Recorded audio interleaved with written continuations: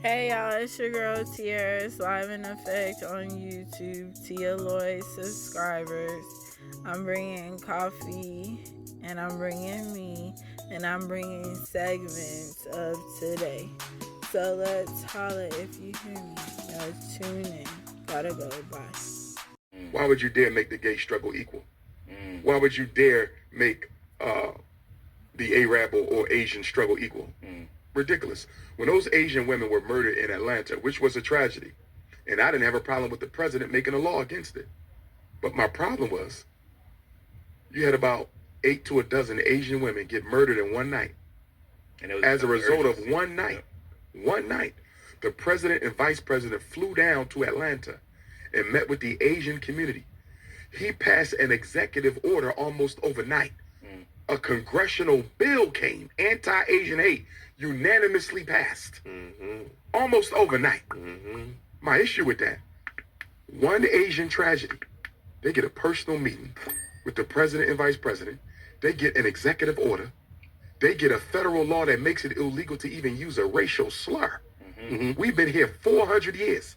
You ain't never flew down and met with us face to face after no tragedy. When that damn devil walked into that supermarket in Buffalo, New York and murdered those Africans, when Dylan Roof walked into that church in Charleston, South Carolina, murdered those Africans, we didn't even get a face-to-face meeting from the president of the United States. Hey, I'm back at it again. I'm taping. This is a pre-tape, so this is taped the day before in the morning. But coffee's still on deck. I have coffee all day long. You know what I'm saying? Got to all this stuff happening. But anyway, this segment has to do with men. It has to do with the African American community. I claim to be both. You know what I'm saying? I look black and white, so I can justify. I have a white grandma. I have a mixed dad. I have a mixed mom. I culturize myself to be a mixed child. You know what I'm saying? So I have immigrants from all over the world. You know what I'm saying? Muslim, German, Hebrew, black, white, whatever. I'm mixed together. So I'm going to talk about Brother Dr. Umar Johnson checks black men about accountability. And this is the part 2 of the heated debate off the Daily Wrap Up crew. Now, this crew seems really cool. You know what I'm saying? This seems like another podcast. They're basically debating, but he's talking more about African American history. Now, we know Brother Umar as I wouldn't say just a Renaissance man, but somebody that speaks for the black community. He tells the stories of us, but he tells us in the visions of what the black community represents. So, in other words, like he preaches and teaches, no, he teaches us about what's going on in society.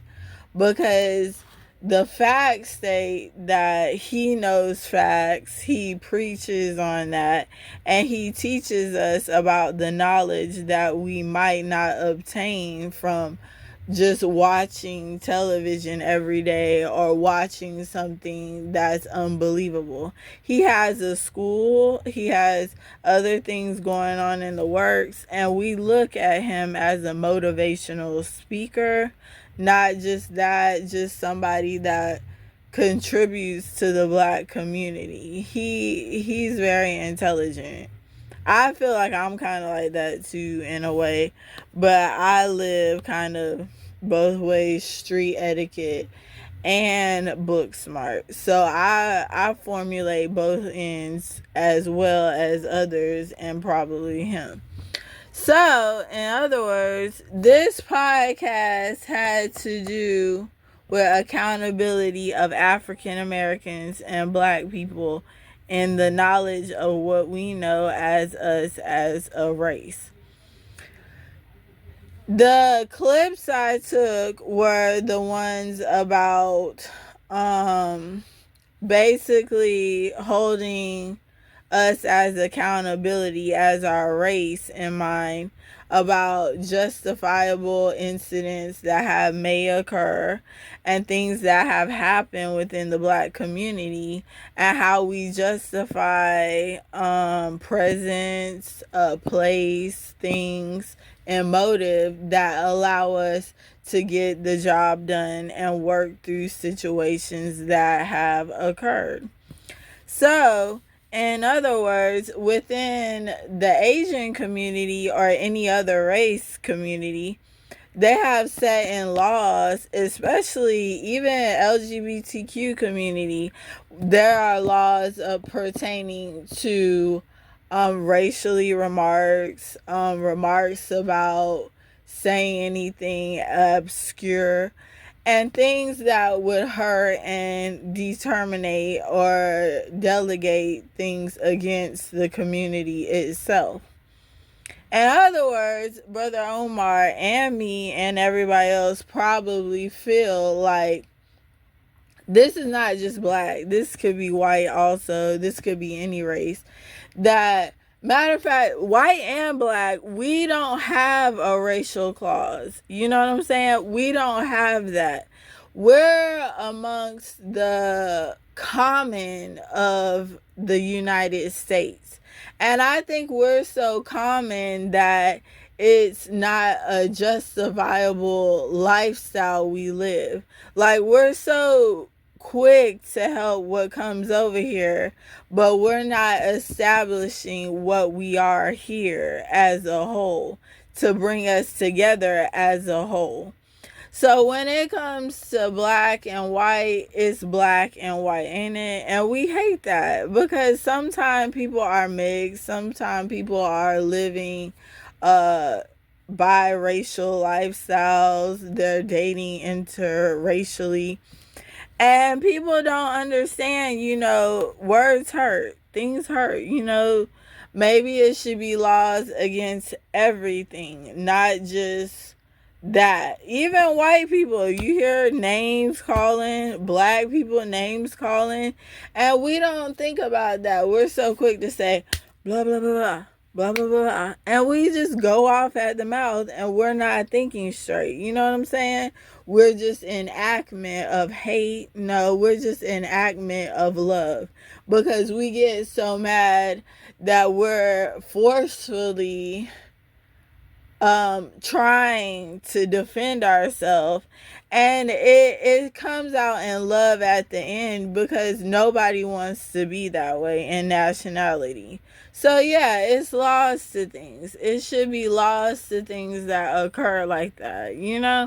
Maybe people should watch what they say and listen to what or think before you say anything. You know what I'm saying? And it should be that way. Another point he made about the society of us talking about, in general, how we consume stuff, how we are on consumerism. Black people are known, you know what I'm saying? African American community, we are known to get jazzy. We are known to say jazzy fresh. And fit is another thing that we had to obtain, because we were, soul food was here, all kinds of other items were here that we were eating based off of sugar, salt, byproducts. And in the society we live in, we are so used to living a certain way that we're not thinking about why this is bad, why this is my next check, why this is holding my whole household up, and I have no money. I'm guilty of that too. I'll buy some clothes and I'll eat less. And it's bad. We should eat more and buy clothes less, because we should be about nourishment, what goes in and what comes in our life, whether that's television, whether that's food, whether that's watching anything that would pertain to something positive. Like, we don't support the Christian Network, we don't support ETV, we're not supporting the news the right way. And the thing about that is, when we hear fake news and we laugh at it, it's not funny, because the simple fact is, why that is played more than something positive or something that can help our community better ourselves, or why things get played better out than the situations themselves. You know what I'm saying?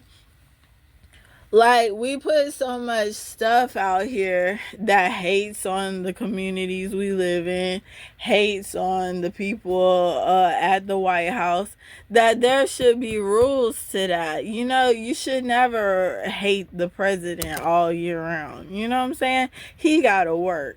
You should never hate on people in the communities they live in that are upscale, working for something positive.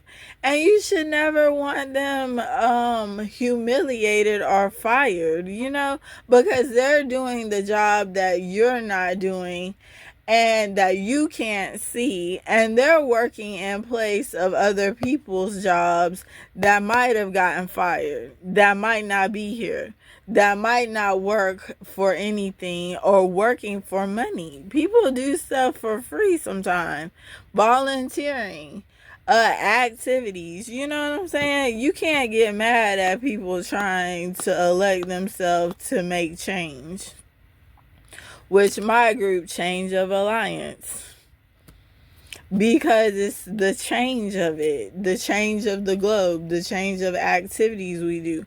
And it seems so like, duh, you know what I'm saying? But in nationality, it's duh, we're not doing nothing, and it's raping the community that we live in, and we laugh so much. I laugh all the time. I'm a comedian. I laugh. But I tell myself that if we could just do little things and make things different, we can make changes, So another thing he preached about, or teached about, not preach, but teach. He talked about the fact that our school systems to the Black community are failing. Now, my thing is, yes, that's been a problem in the Black heritage, that we have our school systems neglected worse than the communities that we know that are getting better textbooks, getting better everything. But now we're all on a pad and working off of the computer, which we should never. You should never take people's schooling off of paper ever. Notebook paper is always us. But the fact that the kids aren't, this is in Black and white communities, the kids are not learning cursive anymore. They're not learning about African American everything.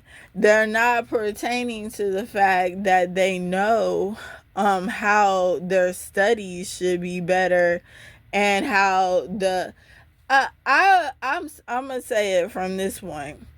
I made 100 off the PACT exam, 100, and then I almost was valedictorian out of my school, and this was my junior year.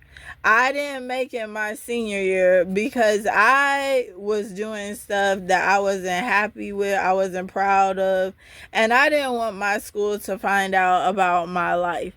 So I neglected me in my senior year, but I should have went on ahead and moved me up. I was nervous about me. I have a past. No, I have a present. I do everything I want to do, but it falls back to something. So I didn't want to be a conspiracy at the school. You know what I'm saying? So in other words, I know that I visited other elementary schools. I've been to other middle schools. I've been out the country. I went to school in Africa one time. I went to school in Europe. And, the fact was, I didn't always have supervision. So when my mom wasn't there, I was out flying around doing all this stuff with my friends. But I had learned so much being on my own and independent growing up that, I had to tell myself, if they could only take this and that. And I went to military school till I was in 12th grade, I went to military, not all the grades, but most of elementary, some of middle school. I went to military school, and in military school they try to teach you everything. They try to lay it out there. It's fun, it's dope. They teach you great stuff. And it's awesome, you know what I'm saying? Because you learn so much and you're able to maintain what you have learned and physically go out here and know that um you're above average. You know what I'm saying? You're learning above average. And it's sad, everybody should have the same education within America, at least the USA. Like, the curriculum should be the same for everybody. And sometimes it's not, And I'm sad about that because the curriculum here, we want to put everybody on a tablet and tell them to go do this, do that, learn from that. But that's not helping them in the future.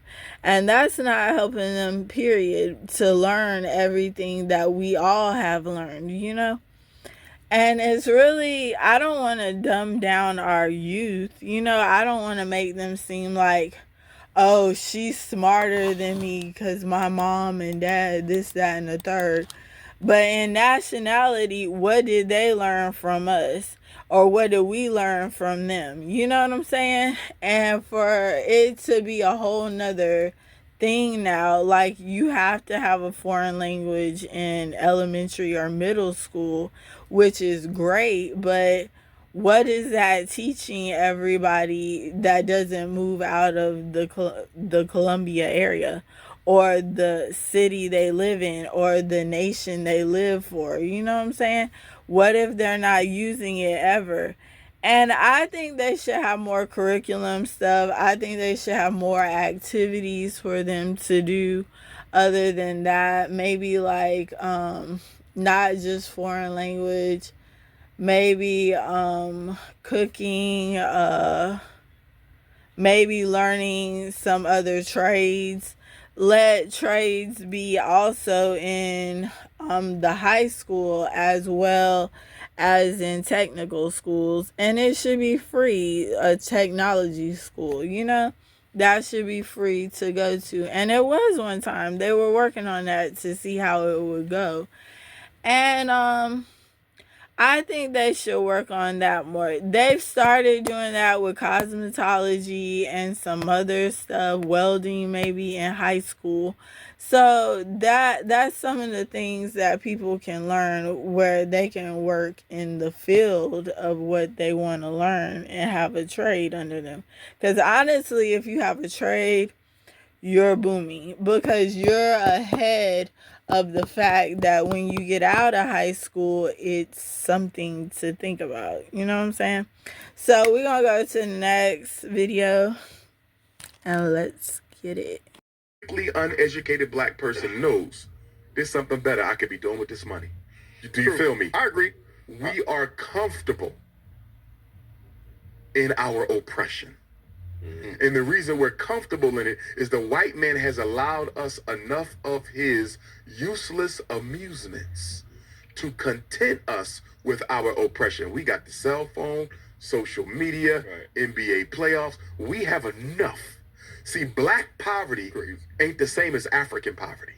It ain't the same as Caribbean African poverty. It ain't the same as Brazilian African poverty. Our poverty is damn near middle to upper class in most other places in the world. Do you understand me? And so because we don't have it as bad as other people, we think we winning when we losing. We think we winning when we lose. Is that why, when Africans or the Caribbeans come over here and they be like, yo, you know what? Y'all got it easy. Like, you know what I mean? Y'all just being lazy. Compared to what they come from. Right, yeah. And when they come, they take advantage of whatever they can do. So they'll work at the taxi. They'll work at the airport security, right? This is the fun part. Trust and believe. Had to hold down the black house by herself. She did not have to...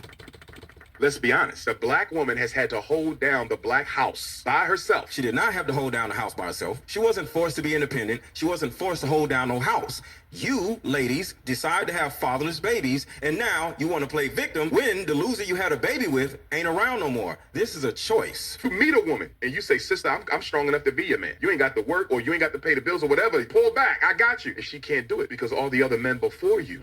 Why is it that women are the only people that get worse after disappointments? Do you realize sports, every sport, is literally built off of disappointments and failures? You don't win the Super Bowl. You miss the game-winning shot. You don't make the playoffs. Life is about disappointments. But the second side of that, which the rest of the world understands, except for women, that when you fail, your job is to learn from what happened and better yourself. Women don't do that. They just continue to get worse and worse and worse while the rest of the world gets better and better and better.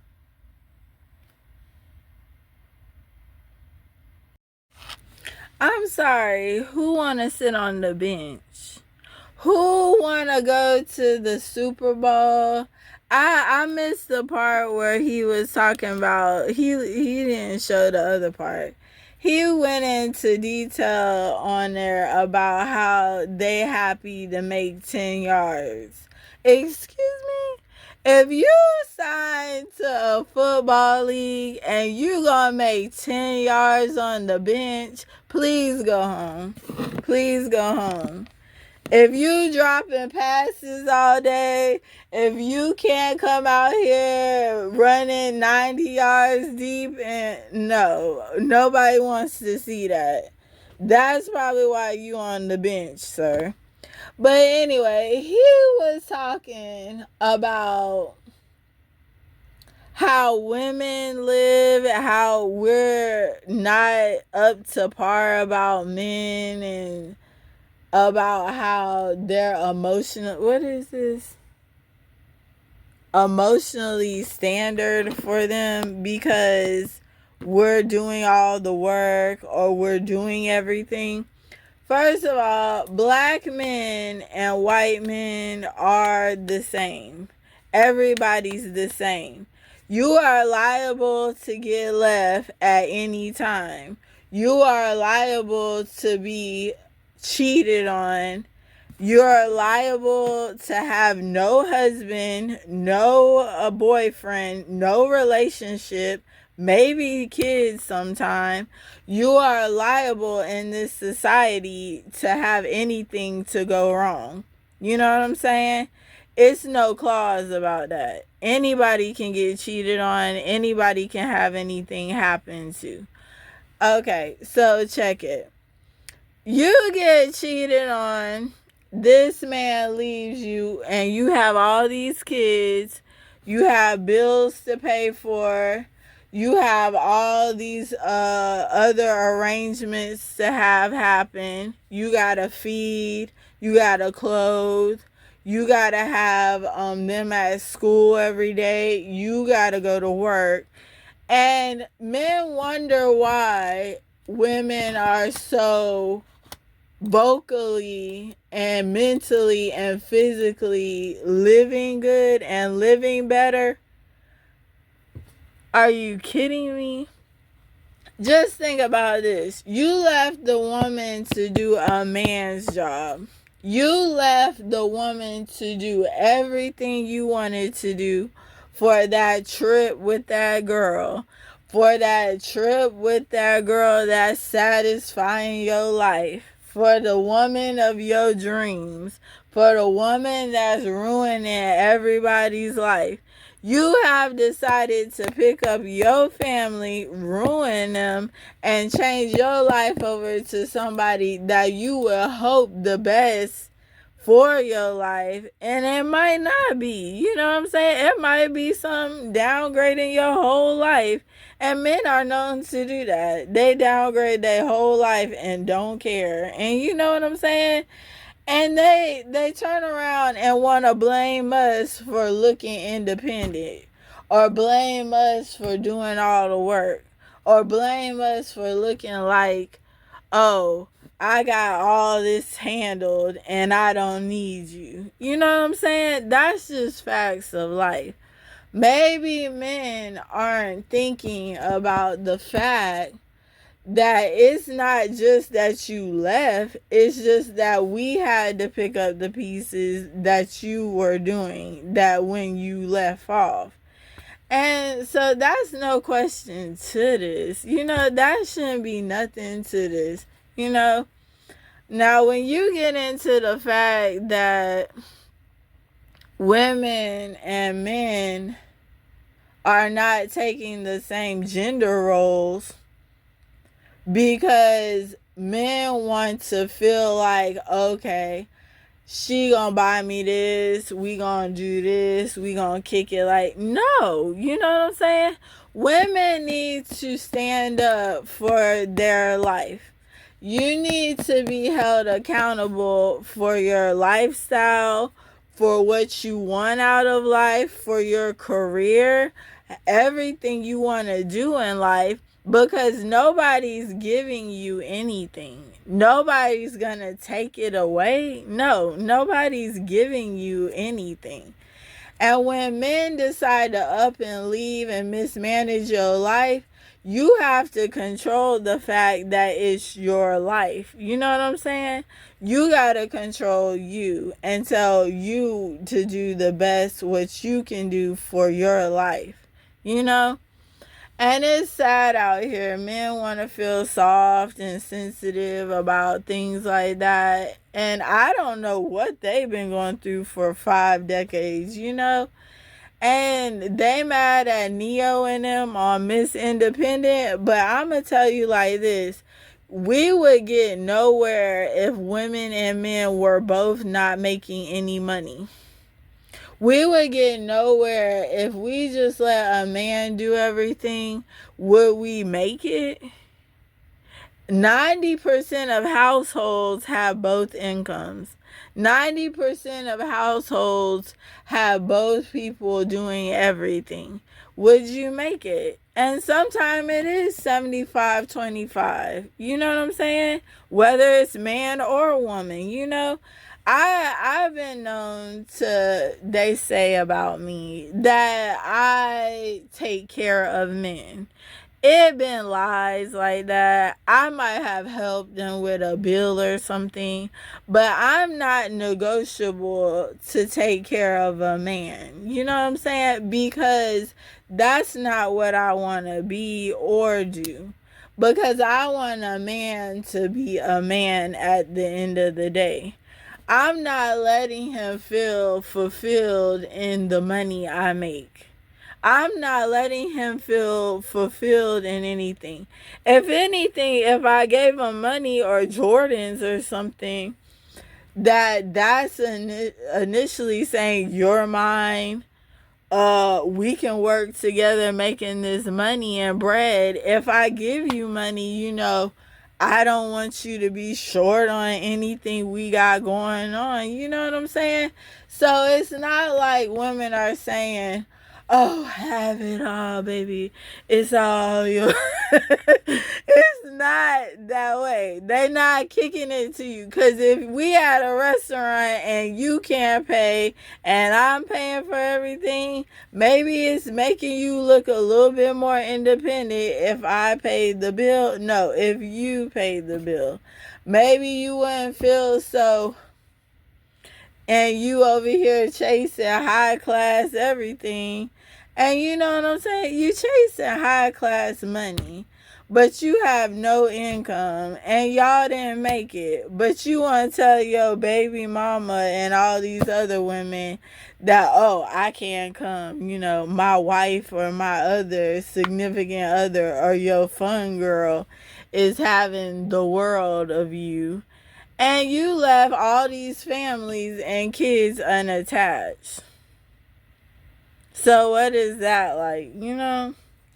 So I'm done with that. The men being sensitive and about not running, you know what I'm saying? I had boyfriends in the NFL and in the NBA, you know what I'm saying? Throw me the ball all day long because I'm going to throw it right back at you, you know what I'm saying? Because you ain't dropping no passes. You know, people... What? You want to talk about 10? You finish watching that man's thing. He wanted to talk about 10 yards in and all this other stuff. No, you don't come on a field trying to make 10 yards happen and that's it. You crazy. You been making Sports Center off of 10 yards and you happy to be on the bench? No, you do nothing at all for nothing. And that got the guy of the year well boosted up for y'all. Y'all can't be playing like that now. Like, you excited about him catching all the passes and making all the touchdowns.